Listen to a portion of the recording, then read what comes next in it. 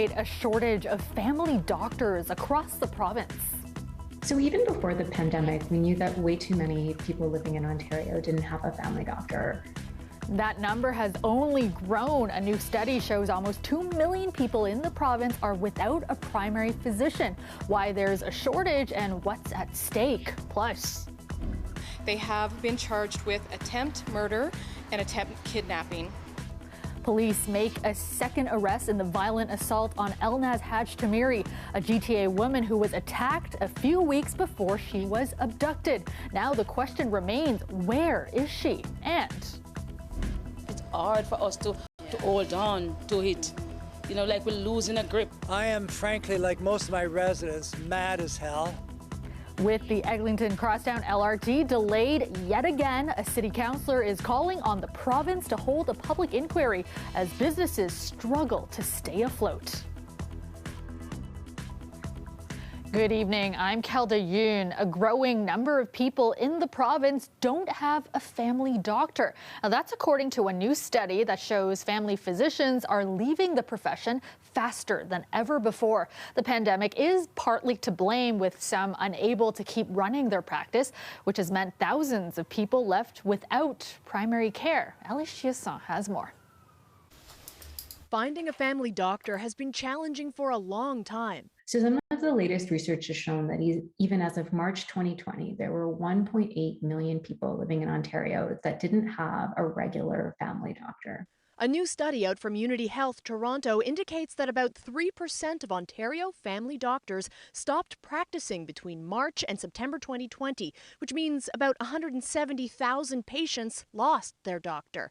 Some were retirements, but that's not the only reason doctors are leaving the profession. When the pandemic hit, they were affected kind of like a lot of other small businesses. People were told only to see the doctor if it was urgent. So then if you were a family doctor who was getting paid by the visit, your total visits went down. At the same time, you had to pay your staff, you have to pay your rent.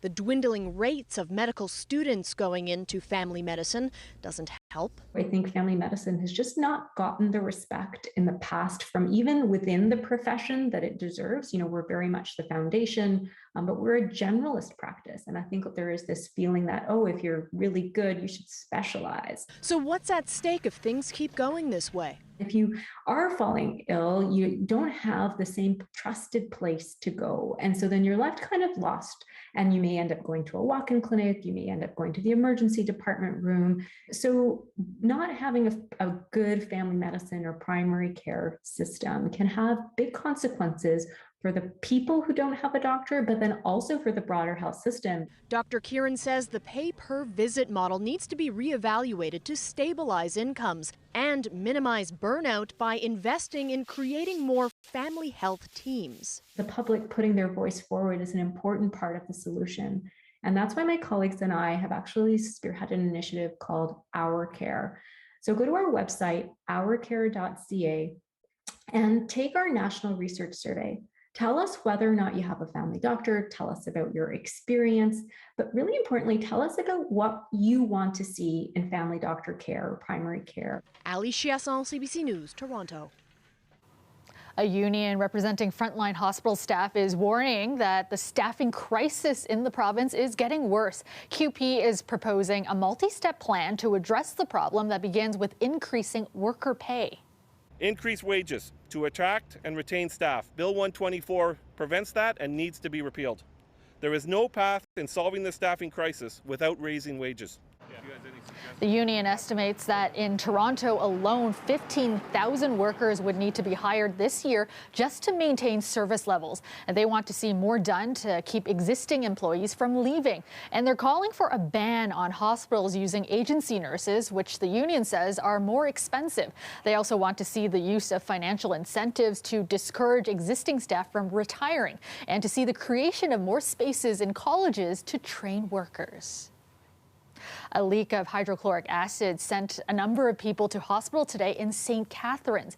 It happened this morning at an automotive factory. 5 liters of hydrochloric acid leaked after a contractor accidentally hit a valve. 3 workers at the scene were able to shut off the leak but suffered skin and respiratory exposures. 9 other workers suffered minor exposure. A number of other employees were treated as a precaution. The Ministry of Labor is now investigating. Police say a man was injured in a shooting near Highway 400 and Finch this afternoon. We've got some information that the suspect vehicle is a gray SUV that went southbound. So we're asking anybody in the area at that time with dash cam footage to please contact us. It happened around 2:20 near Signet and Ormont Drives. Police say multiple shots were fired and they believe the victim was targeted. He was transported to hospital with serious but non-life-threatening injuries. Just weeks before her abduction in January, Elnaz Hajtamiri was violently attacked in the underground parking garage of her Richmond Hill condo. Well, today, police announced a second arrest in connection with that attack. But investigators have yet to locate Hajtamiri herself. Greg Ross has the latest. On December 20th of last year, Elnaz Hajtamiri was attacked by 2 men in this underground parking garage.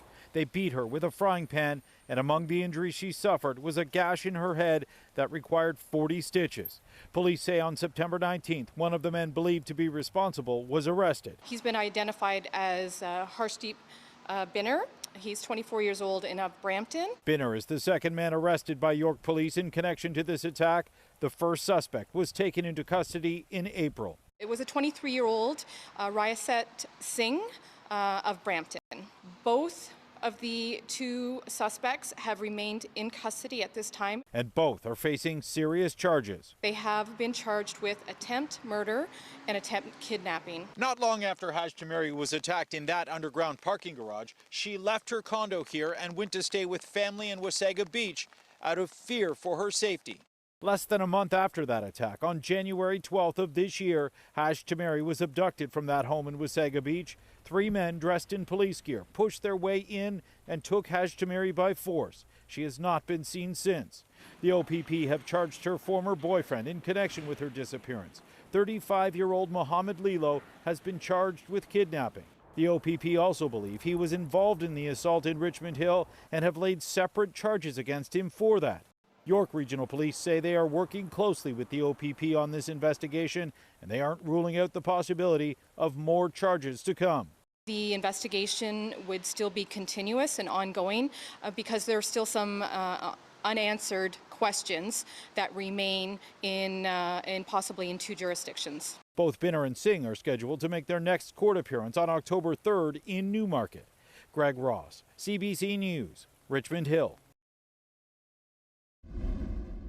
Let's go to Dahlia Ashry now with a first look at your forecast. And Dahlia, one of those dark and gloomy days. That's right, Kelda, and we're expected to see more of that overnight tonight. A little bit more rain on the way. That will continue. As for tomorrow, though, that low pressure system that we're seeing right now will start to clear up, but we'll get to that in a bit. Like I said, you'll need your umbrella for tonight, although it's pretty late. But for tomorrow, you won't really need it. It's pretty dry conditions over the next few days.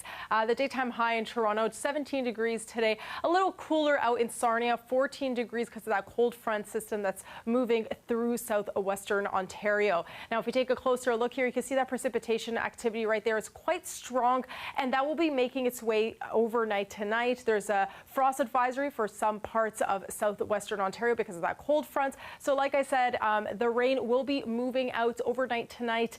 We will get that high pressure system coming through by Thursday, but that low pressure system will continue until tomorrow. And then look at that Thursday and Friday, we have clear skies, and that's when we get those that high pressure system. Overnight tonight, temperatures will drop to 10 degrees. Tomorrow, 13, and no need for the umbrella.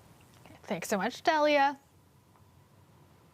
With the completion of the Eglinton Crosstown LRT seeing yet another delay, one city councillor is calling on the province to open a public inquiry. This as struggling businesses in the community are forced to deal with yet another setback. Lorenda Redicott reports.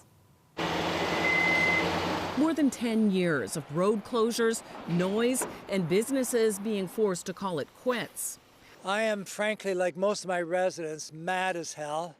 Totally disgusted that we've got yet another delay. The project was supposed to be finishing later this year, now expected to take at least another year. This local city councillor wants the province to hold a public inquiry. We need to find out why there's this delay again, the cost of the delay, and when are they going to get it fixed? What is it? We need Metrolinx to come clean. Tell us the truth. This longtime transit advocate is skeptical whether a public inquiry is the answer. In a majority government, you are not going to have an inquiry of any kind that really looks under all the rocks. Metrolinx still hasn't explicitly said when the Eglinton line is now expected to open.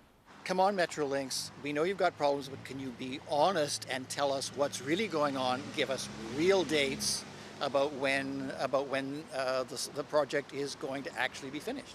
The agency is leading all the major transit projects in the region, including the Scarborough subway extension, supposed to be completed in 2030. And the 15-stop Ontario line subway. When announced, it too was supposed to be up and running in 2030, though not necessarily finished.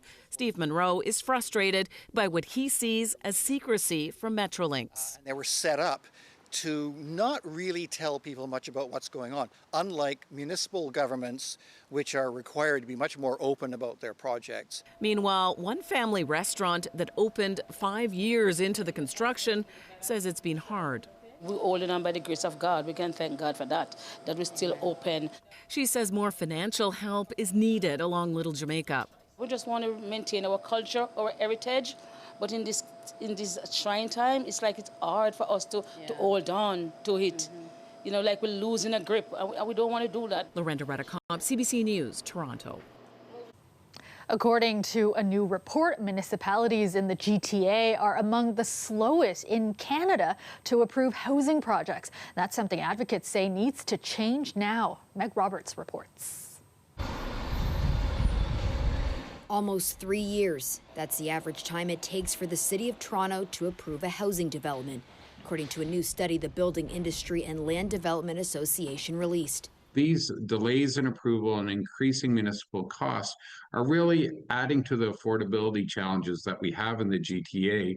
And the bottom line impact is people are leaving. The report says the City of Toronto has one of the slowest approval rates of major municipalities in the country, about 13 months more than the average time frame to get a development approved in the GTA, which is about 21 months. That is if you're lucky. This developer says she's waited even longer, those delays adding tens of thousands of dollars to the cost of a new home, says the report, on top of the 30 to 36% increase to municipal fees and charges across the GTA over the past 2 years. Any increase is something that is going to have a direct effect on the level of affordability of those units. And I think that's something that we really need to look at. The City of Toronto says accelerating the approval process while ensuring new developments deliver on key city building objectives is a core goal, and that the total application processing time includes time the applicant takes to address issues and revise their projects. It said, like other employers, has faced labor shortage challenges, but has approved about 28,000 housing units per year over the last 5 years. For some, that's not going to cut it. Due to the complexity of the system and plain old bureaucracy, we need some streamlining, and we really need a new culture within municipal planning departments to look at how we're addressing approvals. In the GTA, Milton and Whitby had the fastest average approval timeframes of 10 and 13 months. The report also stated that almost none of the municipalities in the GTA were approving projects quick enough to meet provincial requirements. Meg Roberts, CBC News, Toronto. The City of Toronto is canceling about 540 fall recreation programs because there aren't enough instructors. It's about 5% of the city's 10,000 courses being offered this fall. Swimming programs will be impacted as there is an ongoing nationwide shortage of lifeguards and swimming instructors. In a statement, the city says it's prioritizing the recruitment and training of lifeguards and other instructors and has raised their pay by 17%. About 3,800 people are registered required for the canceled courses. Welcome back. 3 days after Fiona slammed into Atlantic Canada, residents are still dealing with the destruction left behind by the storm. And as Allison Northcott tells us, the devastation is so widespread, residents can't even begin to think about recovery. Days later, there's still a sense of disbelief. And as you look behind me and so on, there's nothing but a total disaster. The Port aux Basques fire chief says this community needs a lot of help to clean up and rebuild destroyed homes. Where do they pick up the pieces and get moving and so on, right? It's going to be difficult for them. I could use that. Melissa Barr is picking up donated clothes at a local elementary school. She and her family left their home in a panic during the storm. No time to take anything with them. It's very emotional, you know, because it's our first home we've ever owned. We've never owned anything in my whole life. I'm 44 years old, and now I don't have a home anymore. The Canadian military is on the ground in 3 Atlantic provinces. Their task is to clear debris from roads and bridges so power can be restored. There is plenty of community action too, like this truckload of donations. It got bigger than we expected, and it's a great thing. It's going to go to all those people who have lost their homes and they can't go back into their homes. It's you know, they need all this. This is a big part of our identity in PEI, the coastal communities. Prime Minister Justin Trudeau toured some of the affected areas. We know that it's not just right now that they need help. It'll be for weeks and months and even years to come, and we will be there for each other. Fisherman Marvin Graham sees his livelihood turned upside down. For many communities, entire industries like agriculture, tourism, and fisheries have been disrupted. The waters just keep raising every time there's a storm. It just keeps getting higher and higher. I don't know what they're going to do. It needs a lot of work. So many areas need work. Schools on PEI will remain closed until at least next week. In Nova Scotia, some schools will reopen on Wednesday as crews continue to restore power.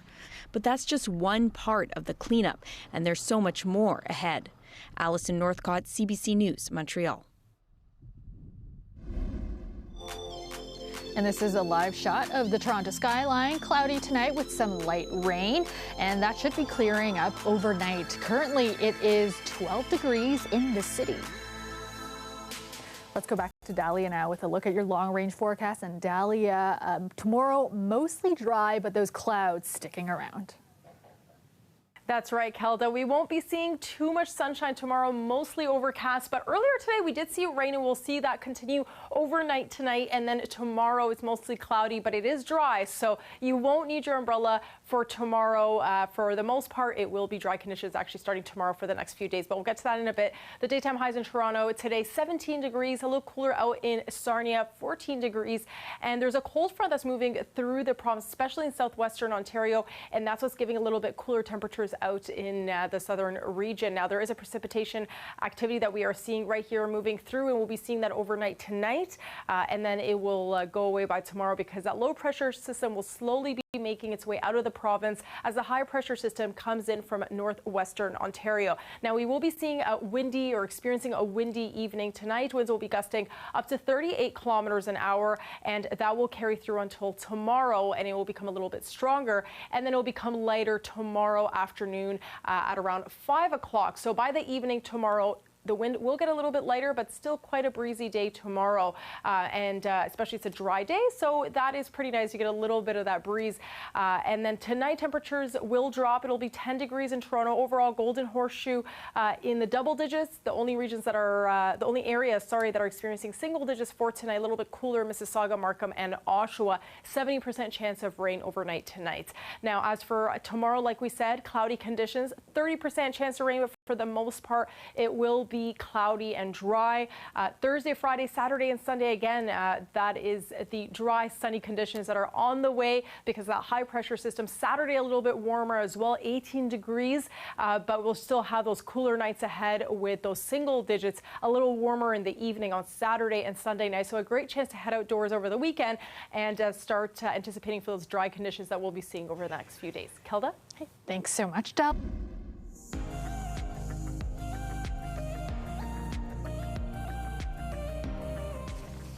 A groundbreaking was held in North York today on a new development that will provide affordable rental housing and long-term care beds. But the new complex won't just be for low-income families and the elderly. The project was envisioned by the Ismaili Muslim community as a way to care for people from different generations. Patrick Swadden has more. Generations Toronto is the manifestation of a 15-year vision. According to Amir Ali Kasim Laka, Generations is not just a housing complex. The president of the Ismaili Council for Canada says the development is from a vision of Aga Khan, Ismaili Muslim spiritual leader. He championed the idea of multi-generational housing campuses. These facilities unite communities in one shared campus. The idea is simple. It's a 27-story building with 390 affordable rental homes, but the building will cater to people of all ages and all different needs. Accommodating independent and assisted living for seniors, long-term care, dementia care, and affordable housing for families. Kasim Lanka says the motives for building a multi-generational housing complex are rooted in the principles of Islam to take good care of those in need. The building will also include a daycare and early childhood development center, as well as 122 long-term care beds. I am so happy that this community is working side by side with us to address one of our province's biggest issues, which is fixing Ontario's long-term care system. The project is being supported by both the city and province. Mayor Tory says bringing generations together can be as important as bringing together those of different backgrounds. I have this notion of the kids coming to bring a smile to the faces of the seniors, and the seniors imparting some of the wisdom to the kids. And, that's as important a part of all this as is the discussion we had the other day of pluralism. Generations first piloted the concept in Calgary. They're now planning 3 new projects in BC. Generations Toronto is expected to open in late 2025. Patrick Swadden, CBC News, Toronto. Finally tonight, our Toronto Raptors are getting ready for the upcoming season, hosting training camp in BC. Coach Nick Nurse says the team is super energetic, but there is still a lot of work to do.